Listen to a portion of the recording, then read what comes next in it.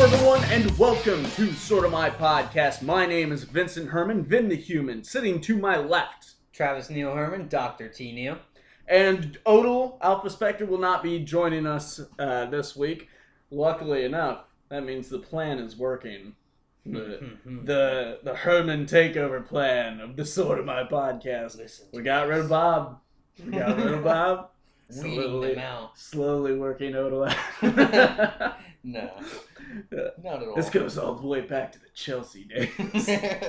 It's like a plan that's been here since the beginning. You think Bob had the idea for this podcast? Or you think gave Bob the idea for the podcast?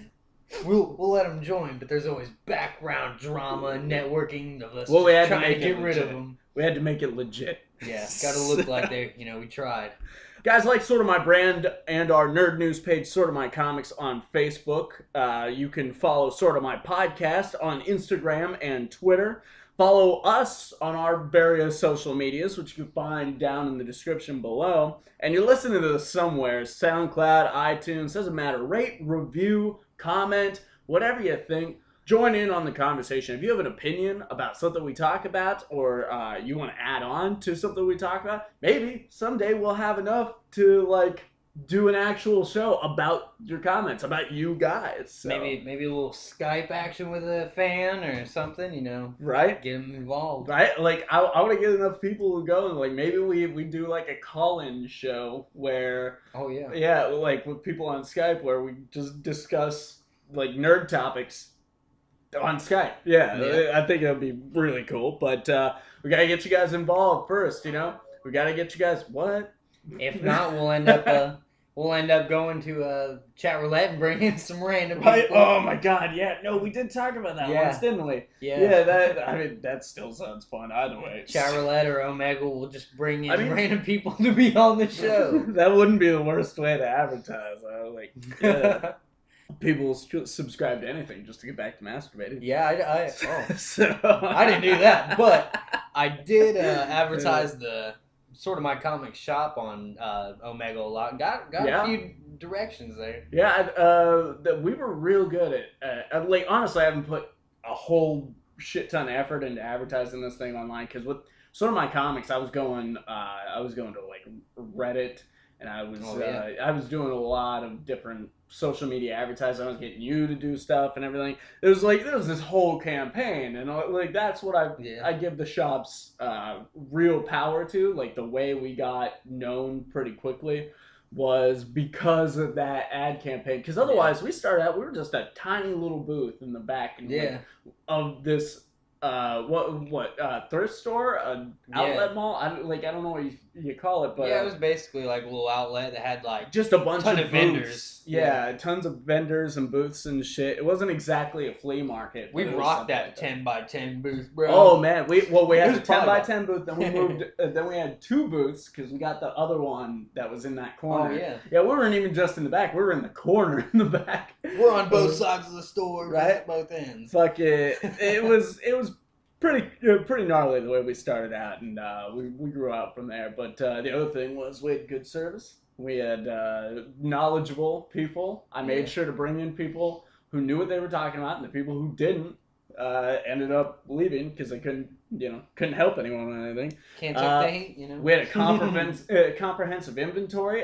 Every single book was cataloged. We could help you find anything we had in the store. Yeah. So that was just the shit that I wanted from local comic shops that we weren't getting. Yeah. So did you? I've got it pulled up here. Pokemon is actually giving away for Sun and Moon this Pokemon called Marshadow, and I haven't made it far enough in Sun to know what the hell this thing is, but it looks pretty cute. Shadow Marshmallow. Yeah, it looks like a little ghost thing. What was that one? Adorable ghost thing. Misdreavious or something? Misdreavious? Yeah, it kind of looks like a baby Misdreavious, doesn't it? Yeah, it really does. I think that's how you say that Pokemon's name. Anyways, they're going to start giving this thing away in October on the 9th, and I'm not exactly sure when that ends. I could click the link here, but I'm not going to go through all that right now. Anyways, I want to talk to you, Trev, because we grew up with Pokemon. Oh, yeah. Especially the games. I think I grew up more with the show than you did, because you were a tyke. Yeah, I didn't really watch the show much in general. Yeah, we did the games like crazy. And so I wanted to open this up to a little discussion. Like, what are some of your favorite Poke memories? Oh yeah, yeah, like playing the games or just like shit we got involved with that involved Pokemon. some of my maybe my top 3 memories with Pokemon would be getting my first Game Boy Color, I think, with the Game Boy game. Did you have a Game Boy Color or did Pokemon you have the game. Advance? I think your first one was the Advance, right? The white one? I feel like I had a teal Game Boy Color. No, that was Game Boy Pocket. No, Yeah. I found a Game Boy Pocket once, and it had red version in it. Okay, no, that's right. Yeah, like I'm getting my Pokemon memories mixed up. There's so many. No, I put you in your place. No, I think you are correct. A teal. Did Miranda have a teal one too? Yeah, I think. Yeah, you both had the color. same one, and I had the lime green one. Yeah, that's right. Yeah, and I can't remember. I think I got silver version with. You got silver. I got gold. Yeah. And that's kind of how we did things from moving there forward all the way up. Like you had Sapphire, I had Ruby. Yeah. But I mean, I did end up playing. I backplayed. Really, I went back and I played Blue and Red. Some of them older ones. Yeah, one of my other favorite memories is once we got a Game Shark. Got out yellow version and taught Pikachu surf. Yeah. And it'll unlock the Pikachu surfing mini game. That was already there in the game. The only way, and the only other way you could really unlock that was like a Nintendo event, I think, that went on for a little while there, and you'd go to this event and they would unlock this thing for you or something. Don't quote me on that, but I'm pretty sure that's how that worked. Yeah. Because that was the only way you could get Mew in Red and Blue for a while there. I know 2 other good memories. Okay. I'm going to have to start with 3. Obviously, I found the Game Boy Pocket with red version. Was that the green Game Boy Pocket? It was a red one. Okay. And the kid eventually saw me playing it and asked for it back. I was like, oh, I had no idea I found it, to be honest. So could not have even been his, Yeah. And just passed on. But my second one would have to be when I found Pikachu, a Pocket Pikachu under the bleachers. Yeah, and I played the Pocket Pikachu under the bleachers. No, I found it there, and I played it for like about a year, I think, maybe before the battery life went out on it or something. But I also just recently found out like a couple things about it. I think me and you were sitting on the porch. Yeah, we were talking about this like a month ago. You can do like maybe like 100 different actions to Pikachu, like either talking or moving, and it basically only turns out in about 5 different responses from Pikachu. But it was still awesome to have.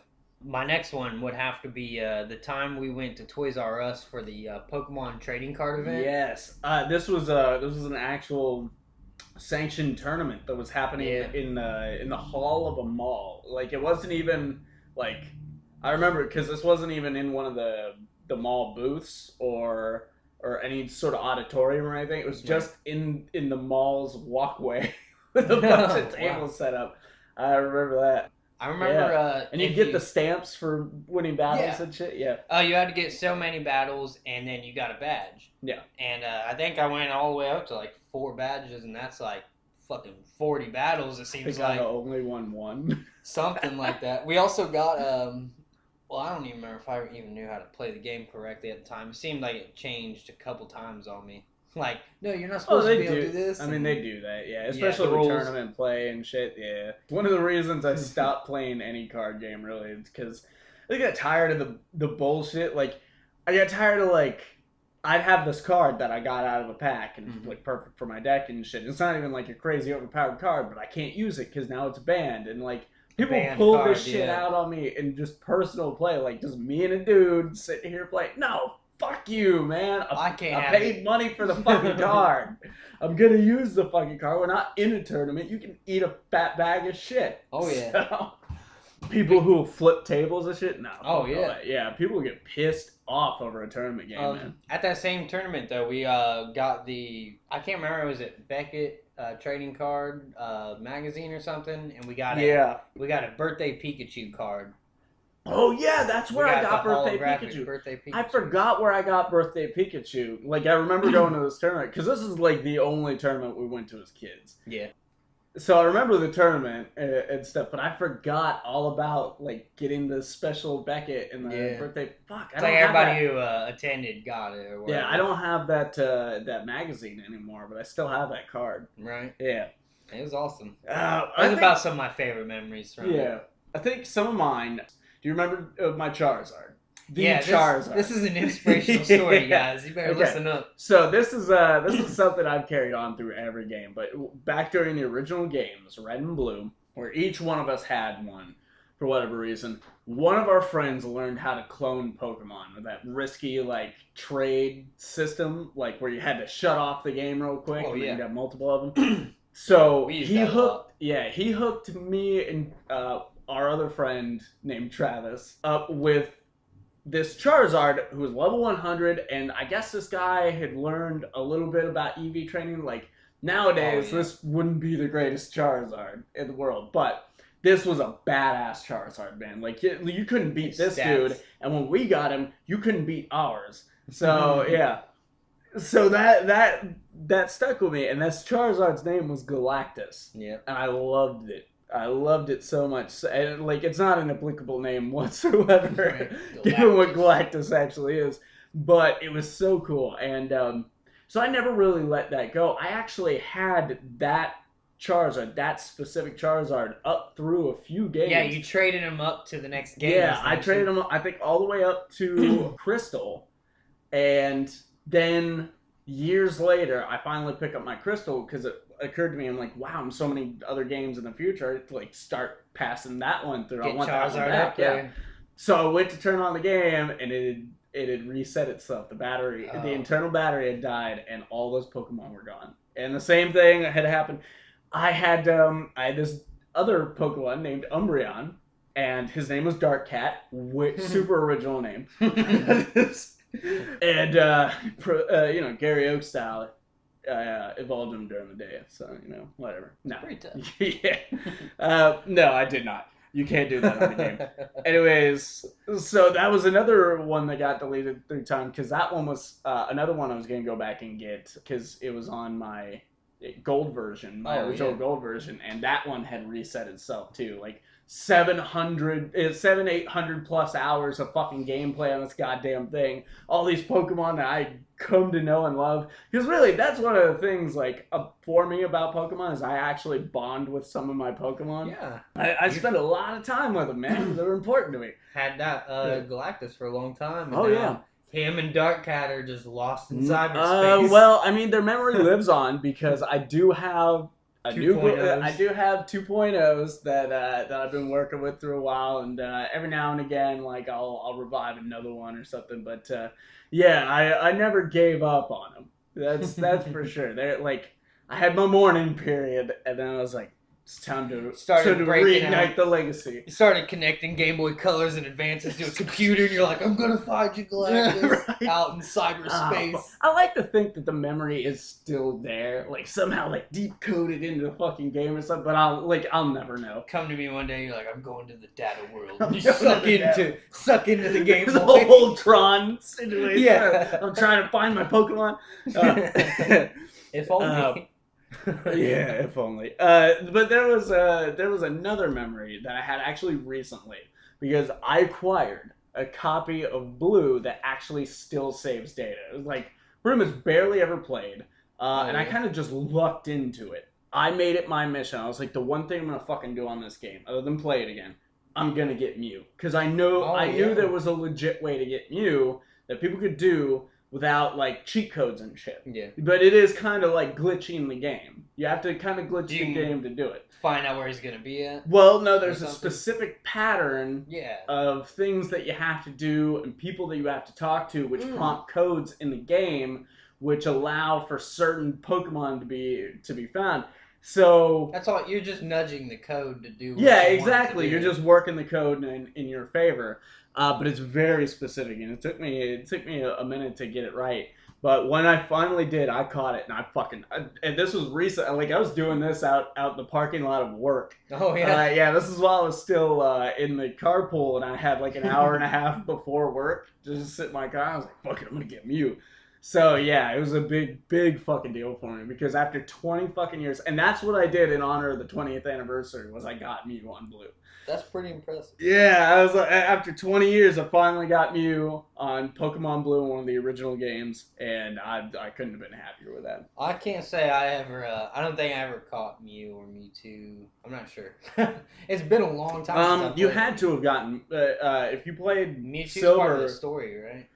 Well, if you played Silver to its fullest, you can get Mewtwo. Oh, Because that was the first one you could go to multiple regions. Yeah. Because you're in Johto first, and you do the Johto League, the second gen area, and then Kanto. you can hop over and go to Kanto because they were connected, and then you can do all of those badges, and then eventually get yourself into, I can't remember the name of the cave right now off the top of my head, but the cave with all the higher level Pokemon, eventually get Mewtwo. So yeah, you've had to have gotten Mewtwo legit. I know I've definitely caught the legendaries that are like basically there for you. Yeah. Ho-Oh and Lugia. I've got the red Gyarados. Everybody's got the red Gyarados. Gotta love the red Gyarados, man. Which they've carried over shinies into Pokemon Go. Another thing I want to get into here before we get into comics, that it is actually, well, it is not anymore, but it was Letterer Appreciation Day on September 1st. And if you're not aware what that means, letterers are the guys who do the letters for the comic books. They're the ones who do the speech bubbles and shit. Yeah. And obviously a comic book's not a comic book without the reading as well. Like although there are plenty of Godzilla comics where there's not one speech bubble. Really? Well, he doesn't talk. I didn't know that. Godzilla doesn't talk. Yeah, but other people talk. Sometimes he does. You would have figured there would have been a narrator. Godzilla goes to hell at one point. Yeah, I know that. I saw that on the shelves at one time. I really should have read it. I read some obscure ones. these guys don't get enough credit because it's like we're all paying attention to the art and the writing and shit, but we never really notice we never really appreciate the fact that Gwenpool's speech bubble is pink. Or, when Ghost Rider talks, it's like kind of a flamed speech bubble with etched type letters. Oh. Or when the Joker talks, it's very manic type lettering and shit.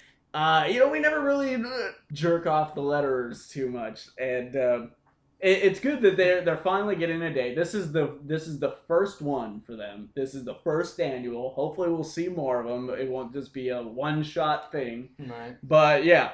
So the next comic you pick up, go ahead and take an extra second to appreciate the work of the letterer. And I'm a sucker for good font myself sometimes. And maybe post it on social media, tag them in it. I'm sure they would get a fucking kick out of that. They'd be like, holy shit, people are tweeting me about the fucking letters I put in a goddamn cartoon book. Right. So yeah, show some love to your letterers. And with that, we're going to get into comic books. Now, Trav, do you wanna go first on this one?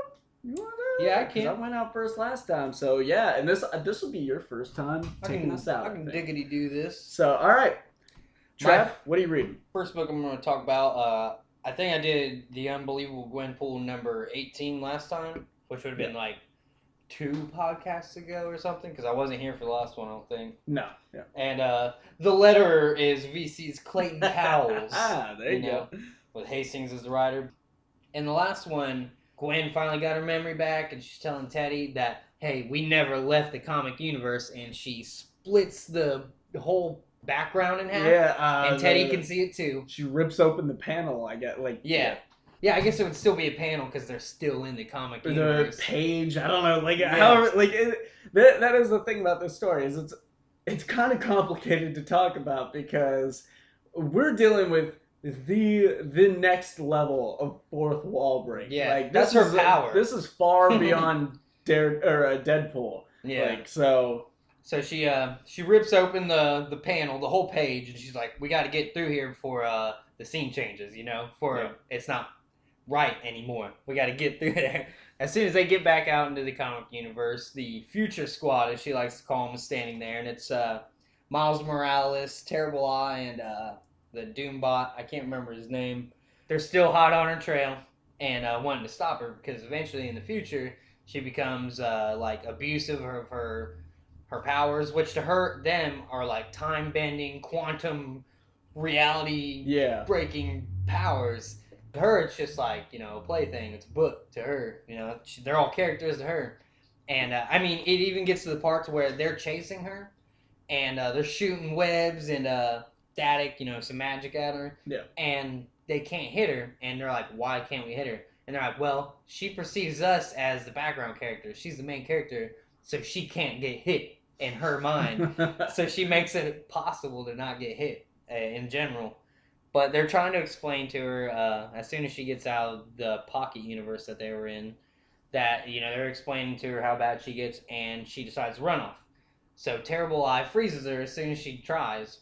So they're still sitting there trying to plot a way to stop her from becoming this person in the future. They're like, well, we can just erase her memory again and trap her in another pocket universe.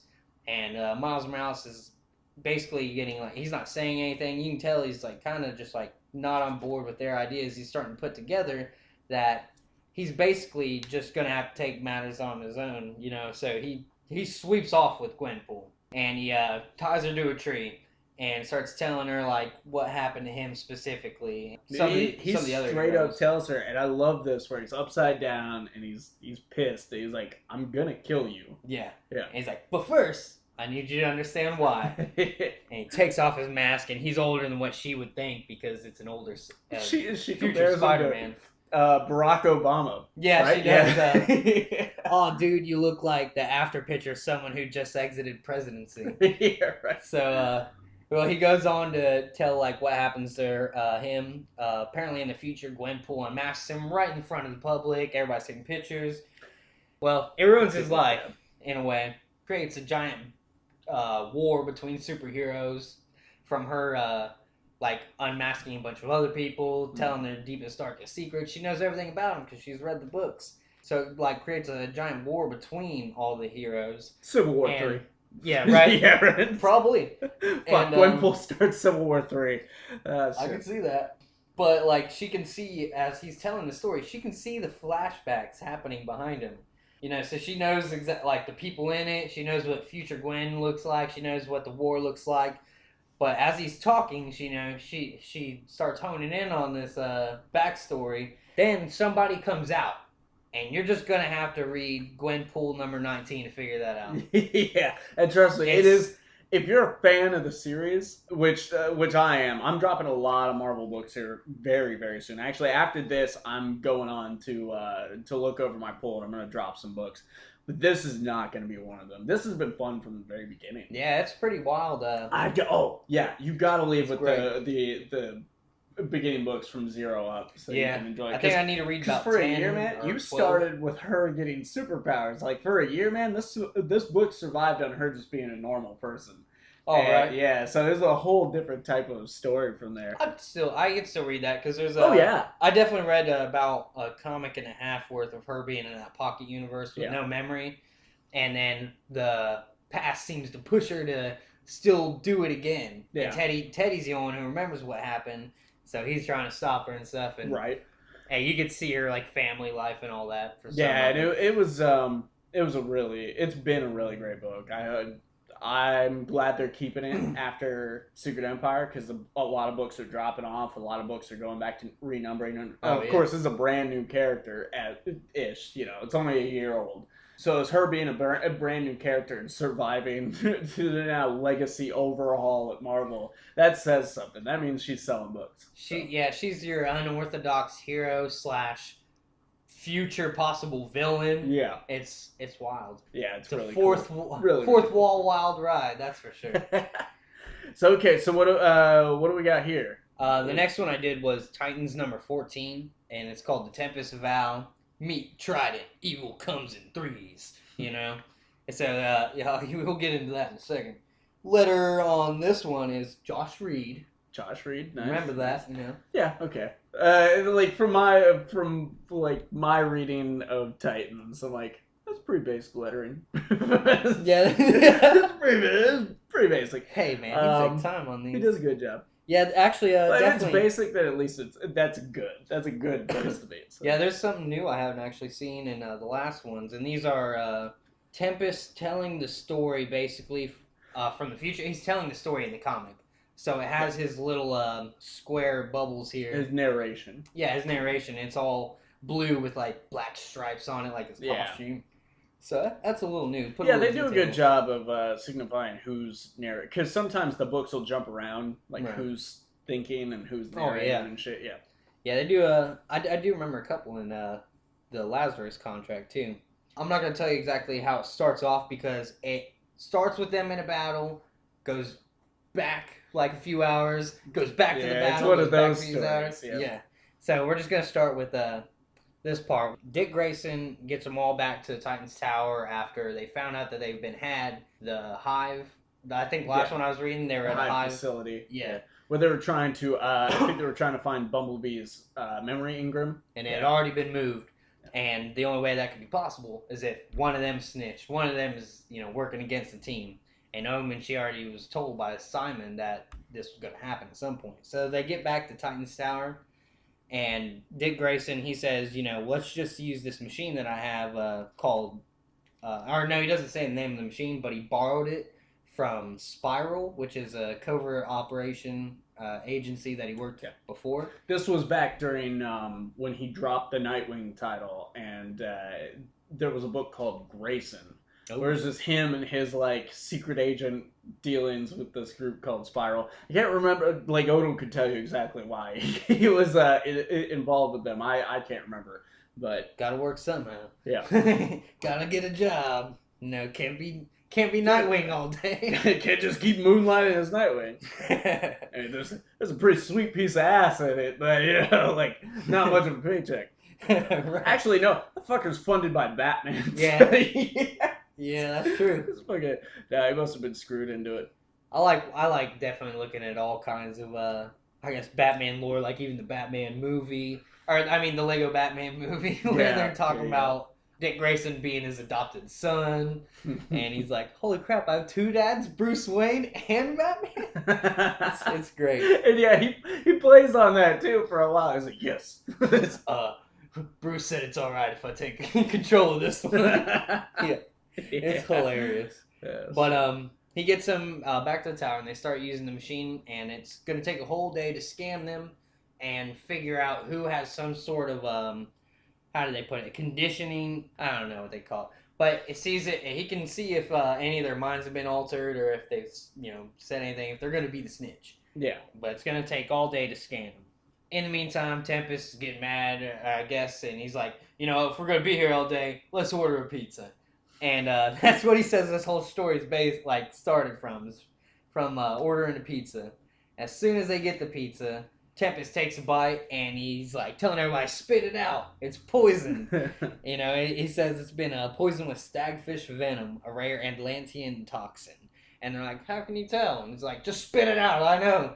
None of you guys are going to know. Fuck you, how? Right? And so they're like, well, we're going to have to leave Titan Tower, to go investigate this. Because they were all in lockdown to find out who's the snitch first. Yeah, and I read this book too.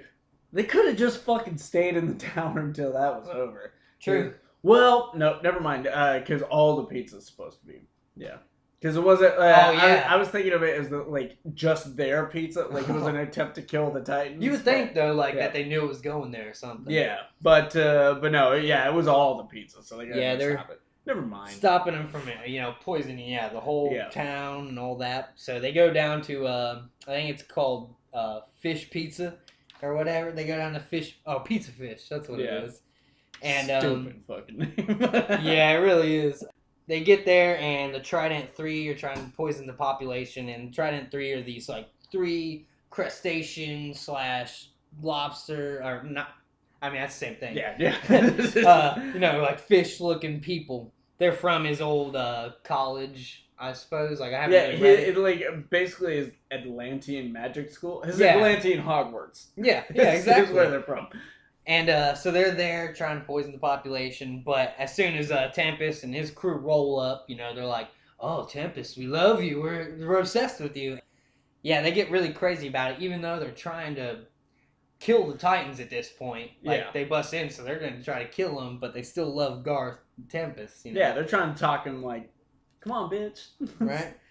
this starts the big battle that's bounced back between all the, at the beginning of the comic, and the middle, and the end. But at the same time, while they're having this battle with the Trident 3, Flash and Red Arrow get into a fight over Donna Troy. Yeah, that's a whole... Dick Grayson is talking to Tempest about his feelings for Omen, and it's they still have this whole drama going on about who likes who. Yeah. And Donna Troy, she's just like, I'm not gonna have any of this, so neither one of you guys can have me, basically. I love that this panel too, where she picks them, because Donna Troy's if you don't know, she's an Amazon. Yeah, like, she used to be Wonder Girl. She was actually a clone of Wonder Woman at one point. Yeah. And sent to her as like a friend to play with.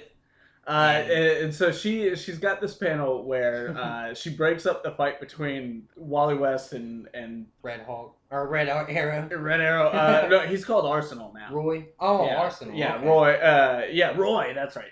Anyway, she's picked them both up, and like Flash is in mid, like, because he's got, you can tell he was running when she grabbed him up. Yeah. So he's in mid run, like her fucking arms are all flexed and shit. She's like, stop this. Yeah. Yeah, I was like, oh, that's so fucking cool. She says, I don't need this crap, and throws them both to each side of the room, too. Yeah. She chucks them like they're nothing. She can take them down, no problem, dude. She's a tough bitch. Yeah, so like in the middle of all that fighting, there's still all that drama going on.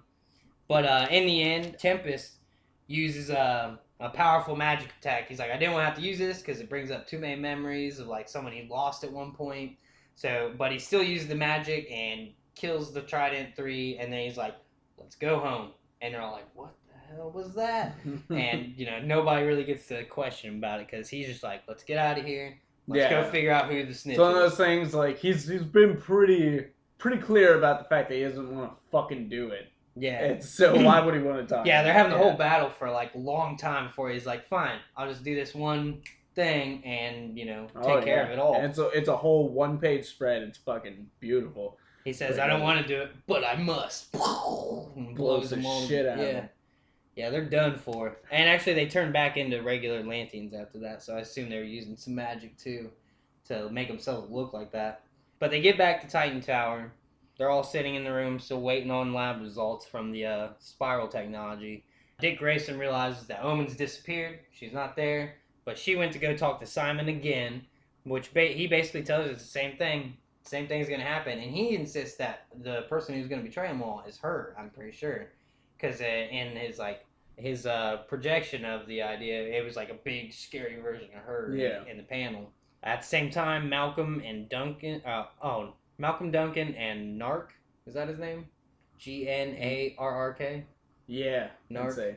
Yeah, Malcolm Duncan and Narc crash a Hive field station looking for data on Bumblebee's memories. Because they're still looking for him. That's his wife, I guess. I haven't really read a whole lot of it. She doesn't remember him, or I'm thinking they have a kid together, too. And it goes back to the Titans, and I don't want to give too much away, but they're all asking, like, hey, what's going on in there? Because Dick Grayson's in the room by himself checking the machine. It's going down the list. It says that all of them have been scanned. It finally reveals. Yeah, it says evidence of clandestine collision detected. Subject, ... You're gonna have to read Titans number 14. Right? I gotta say this about the Titans book. Since we're both reading it, like I'll talk to you after the podcast about whether I'm gonna drop it or not. Right. But that's fun. It's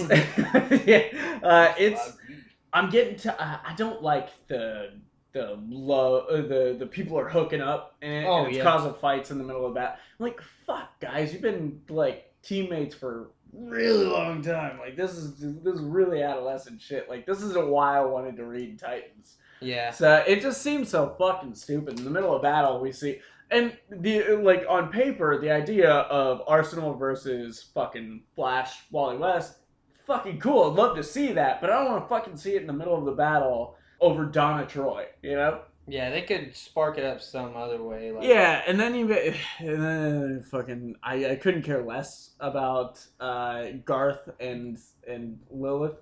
Yeah. Omen. To be honest, though, I do think that may just be a diversion for who is going to betray the Titans. Yeah, but at the same time, it's like, I mean, no, these characters do have. They all start fighting, but it's all over like relationships. Yeah, exactly. But someone's gonna really screw them over. And of course, tensions are high because of like, you've got a good enough catalyst there with someone's gonna fucking screw over the Titans. Like, there are other ways to all have plant secrets. seeds of doubt. Yeah, there is better ways. The book could be better. It's not terrible. Like I said, there are good things in there, like the whole fucking Donna Troy part and all that. And Lazarus contract is awesome, and then it just seems like it's all about the relationship. It's nice finding out a bit about Tempest's background and shit. So, yeah. Because I don't know much about that character. Me neither. Okay, you said you brought your guitar, right? Oh no, but I did start. My guitar, God damn it! I did start working on the song though. Oh, cool. All right, guys, so that's gonna do it for comics for us this episode. That leaves us with our next segment, which is Phonebooth News. Travis has yet forgotten to bring his guitar again. Just be like, who's ready for the news? Phonebooth News! Wow! Yes, guys, this is Phonebooth News, where we try to give you the news faster than Deadpool can change his clothes and save the day. That basically means we have 3 minutes, 45 seconds to give you this news. Now, does that mean I'm going to stop at that time? No, it's just kind of a little game for us, a goal to speed up this news segment. So, as soon as you're ready. And go. In what is awesome news, Harley Quinn themed thrill ride Spin Sanity is coming in 2018 to Six Flags over Texas. It is a futuristic triple box design seating 24 with floorless over the shoulder harnesses, and the gondola will spin on 3 separate axes, allowing for forward, backwards, and sideways movement at the same time. That's insane. Yeah, it looks gnarly too. In video game news, Dark Horse Comics mainstay Hellboy has been announced for Injustice 2's upcoming Fighter Pack 2 DLC, which will be available to anyone who bought the Ultimate Edition as well. It looks super cool. Packed with this is also Mortal Kombat's Raiden and Aquaman's villain Black Manta, whose footage is out now. So the gameplay footage for Black Manta is out now.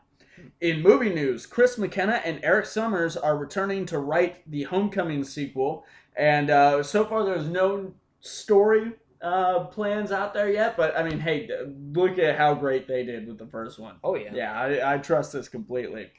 A sneak peek is out for the animated series for the animated movie Gotham by Gaslight, filmed on Mr. Marble's YouTube channel. You should check this out before it's taken down. But if you don't know, Gotham by Gaslight is an Elseworlds story set in the past where Batman tries to catch Jack the Ripper.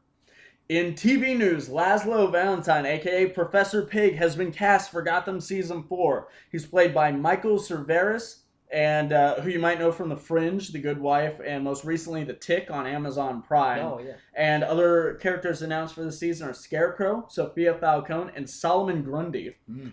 Another thing in TV news, which is the upcoming DC streaming service exclusive show Titans, from executive producer Greg Berlanti, who's responsible for Smallville and Arrow and Flash and all that great shit, has cast their Dick Grayson in Pirates of the Caribbean's Dead Man Tell No Tales, Brenton Thwaites? He was also the main character in The Giver. Oh, okay. I did not know that. He's relatively new. And also cast is Anna Diop from 24 Legacy and a 13-year-old Tegan Croft as Raven. Anna is Starfire. Also coming out is Ninjak versus the Valiant Universe, and the first trailer is out from that. This is from Bat in the Sun Productions, who give you Superpower Beatdown and Valiant Entertainment, so it's legit. This stars Michael Rowe, who is Deadshot in the Berlanti-verse as Ninjak, Derek Theller, Baby Daddy as Exo Manowar, Jason David Frank, who you gotta know from the Power Rangers, as Bloodshot, John Hennigan, a former WWE Intercontinental Champion, and just so many other shit on his IMDb credits as the Eternal Warrior, and just so many more. It's a very legit show. I don't know where it's coming out. I'm gonna go ahead and say YouTube, but I couldn't tell you. It wasn't in the article. So, In comics news, Scott Snyder is actually donating his entire paycheck from Dark Knight's Metal #2 to the Red Cross for Hurricane Harvey relief efforts. This is not the first time he's been charitable like this. Hopefully, it won't be the last because we've got another hurricane on the rise. So, Jack Kirby, a comic book legend in art, writing, and so much more, is being celebrated right now in honor of what would have been his 100th birthday on August 28th. DC's been releasing a variety of one-shots that homage Kirby's style. Many shops have been donating their profits from August 28th to the Hero Initiative. And there's actually a great article from birthmoviesdeath.com that I'm going to link below so you can check that out. And that is going to do it for our phone booth news. How do we do? That guy died a minute and 13 seconds ago. Yeah, so we came in at 4 minutes and 13 seconds there. We can't win them all. We got it our first time out with that, but can't save everybody. Yeah. So, anyways, going from comic book news to more comic book news. Another book I'm going to be adding to my pool here soon, Punisher, is getting kind of a bit of a facelift here. It was unveiled with the first round of the covers for Marvel's various legacy series and renumbering books and stuff. Oh, yeah. And it was announced with the title Punisher number 218, The Punisher War Machine. And on this cover is this badass picture of the Punisher in War Machine's armor. War Machine that he is. And he is amongst so very many bodies. And of course it's painted black with the classic Punisher skull right across the chest. Yeah. And the synopsis for this thing is, for years, Frank Castle has been fighting a one-man war against criminals who endanger the innocent. But when a certain one-eyed operative offers him the tools to take his fight global, how could he say no? So this is our lead into this, which is Punisher as War Machine. The really cool thing about this is the War Machine is kind of an extension of Iron Man. Iron Man works on his own, but War Machine basically works for the government in a lot of senses. Sometimes working on his own as well, and for Iron Man's interests, but essentially working for America's interests.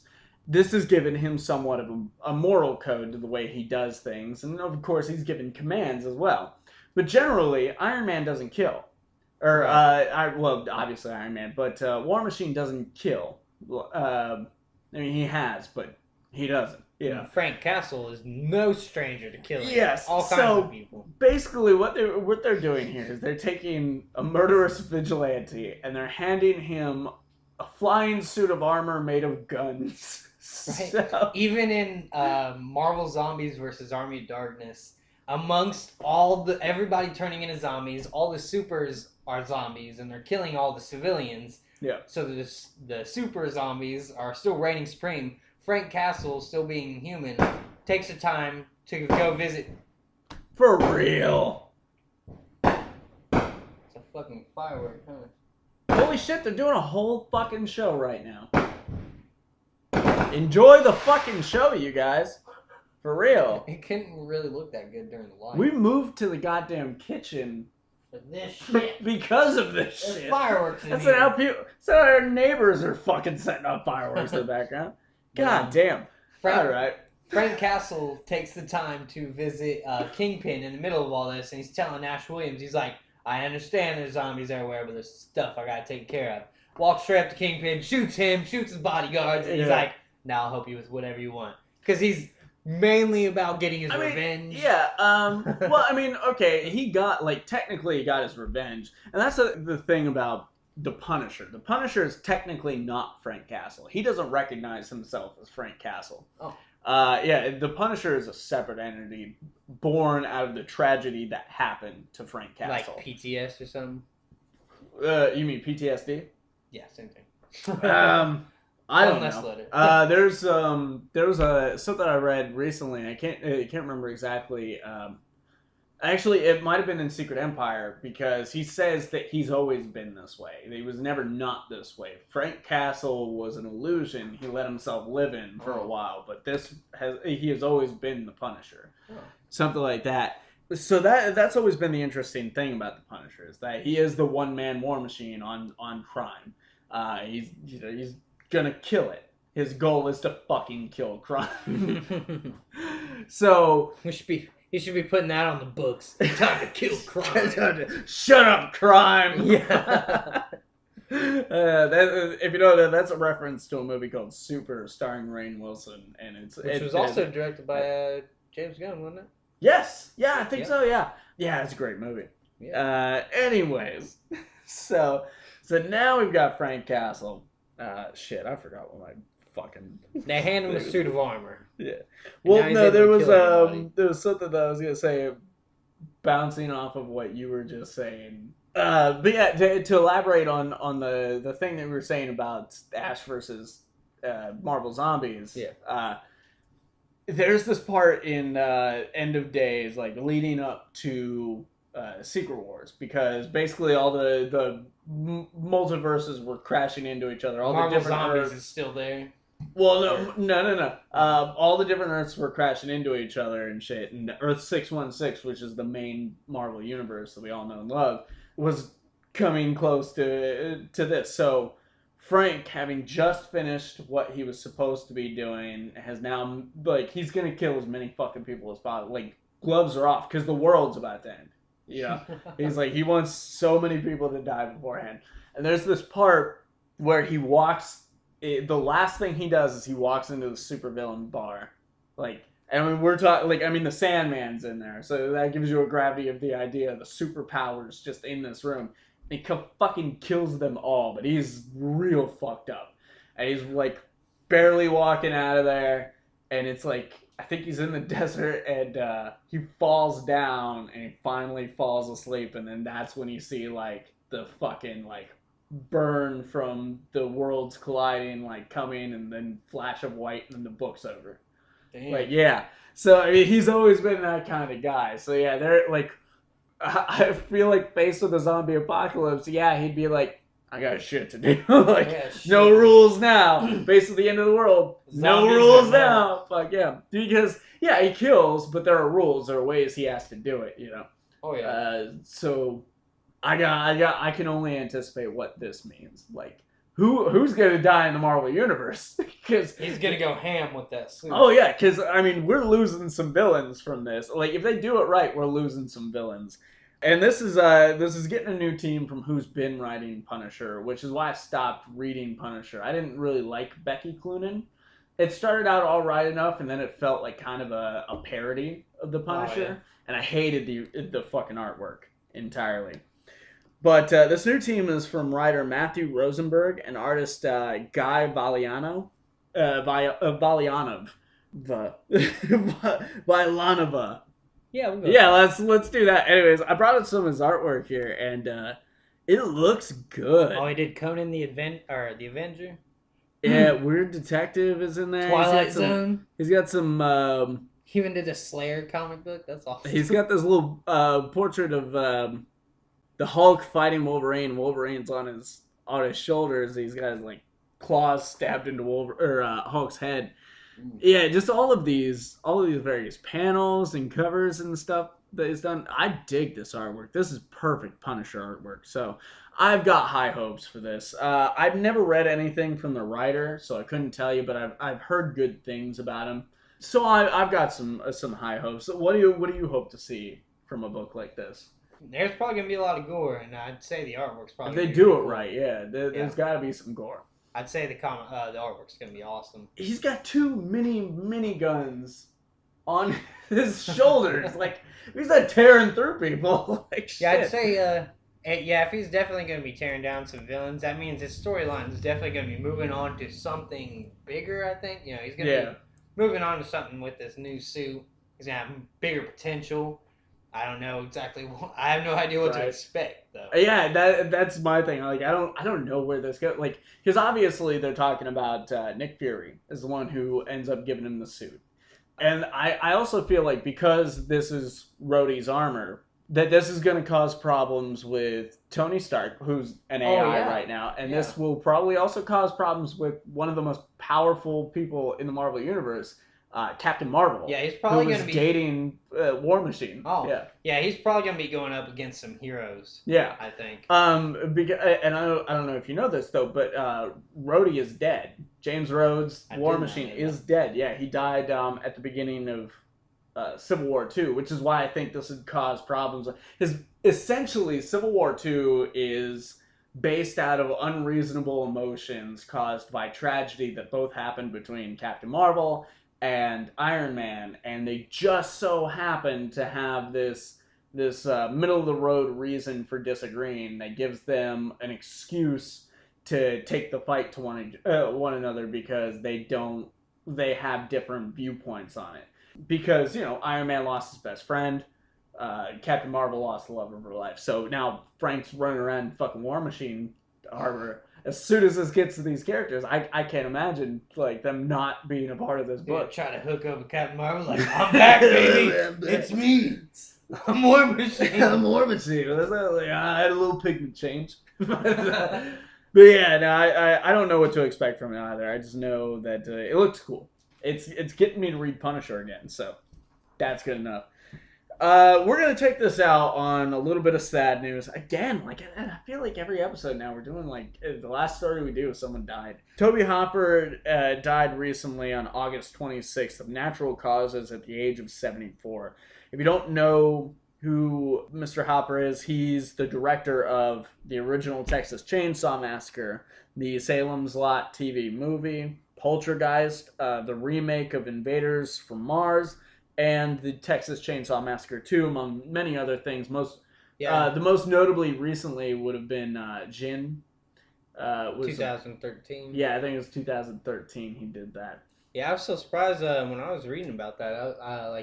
It kind of seemed like there was a giant gap, and then he's like, bam, hitting the horror genre again in 2013. And I haven't seen that myself, though. Now, while I can't necessarily, I want to give him, like, all these, like, he was influential and like he changed the game and shit. But no, he wasn't so much that as much as just he made his mark. He made a cult classic. He has I wouldn't call him a legend, but I'd say he has a legacy. Yeah, Texas Chainsaw Massacre. If you've never seen the original movie, it's disturbing. Yeah. It's the way it was shot, which I believe was a very low budget. I think a budget of like $300,000. Very low budget shot movie based very loosely on a real story. It was based on Ed Gein. Edward Gein, yeah. Gein, yeah, something like that. Anyways, it's just visually stunning, and I don't mean that in the normal way someone would say. I mean, like, some of the visuals in this movie will stun you with like, holy shit, right. Oh my god, that's fucked up. And then movies like Poltergeist, which are suspensefully horrifying, playing on making you comfortable at points, and then by the end, all the shit's just hitting the fan. You know? Yeah. He was effective. It's just sad that he never really had those hits. Like these two movies alone, Chainsaw Massacre and Poltergeist, would have made you thought that he'd have a long-spanning career of defining the genre and like changing things here and changing things there. Especially since he started out so early. Like, he only had two films before Texas Chainsaw Massacre. Oh, yeah. But at least he was influential in a way that movies like Texas Chainsaw Massacre were influential to people who would go on to have very long-spanning careers and people have remade it and everything. Become legends themselves and stuff. So in that way, he's a legend. He inspired the legends. So, yeah. I was looking at something because I was pretty sure I heard something about Sam Raimi and Bruce Campbell having part in. Oh no, it's 2015 Poltergeist I'm thinking of. Never mind. Okay. Yeah. Never mind. I'll bring up any moment, anytime Bruce Campbell's involved. He, that guy also, Hopper, he did a Billy Idol music video as well. Yeah, Dancing with Myself, that was him. Yeah, he did. That's pretty neat, I think. Yeah. I think, broadened his, variety of artwork, I'd say. Like, he goes from, doing his crazy, gritty Texas Chainsaw Massacre, and then Poltergeist got a supernatural kind of feel. Then he goes to a music video. That's pretty neat. Yeah, so for those of you who do believe in the supernatural, believe in life after death and ghosts and stuff like that, rest assured that Toby Hopper, while no longer a part of the living world, does get to go on haunting us in another one. So, very true. With that, we're going to go ahead and wrap it up, guys. There's a new serious shit out called It Got Weird that went out last week. We get a little after dark with it. A little steamy with our discussion. Put the kids to bed for that. Put the kids to bed for that one. Dim the lights. Don't let grandma and grandpa listen to this serious shit. Don't bring this serious shit home to your mother, that's for sure. There's another sort of my update up right now, too, because I got with Bob Collins, Mr. Boba Fett, and he weighed in on his opinion about the Defenders and got attacked by a bee, so check that out. There's a new Alphas unboxing up on the Sort of My Comics Facebook page. The podcasts on YouTube are up to episode 11 now, and there is even I've even finally put up our it goes episode 10 just of the podcast, and then I uploaded the uncut live stream that we did for episode 10. Yeah. So this is our first video podcast that's up on YouTube, and then episode 11 is up. One yet. But also coming to YouTube is our Commoner's Commentary, our very first Commoner's Commentary of the movie Hook. If you're not familiar with the show, basically what it is we do a little intro, a little lead-in, and then we tell you to get your movie ready, because this is a commentary on the movie that spans the length of the movie. So. Just like Dark Side of the Dark Side of the Moon and Wizard of Oz. Yeah. As soon as we tell you to press play, you press play. Or literally any audio commentary on any DVD. Yeah, well, I like my trippy aspect better. But so if you got a copy of Hook, go ahead and check that out. That's going to be up this week. So yeah, guys, that's going to do it for us. Don't forget to, again, comment on this video. Tell us what you thought about what we talked about. If, like this video, no. Like this, heart, do all that. Swipe right. Swipe right on this podcast. My name is Vincent Herman, Vin The Human. Travis Herman, Dr. T. Neal. And I think it's time to play the frightfully badass outro music.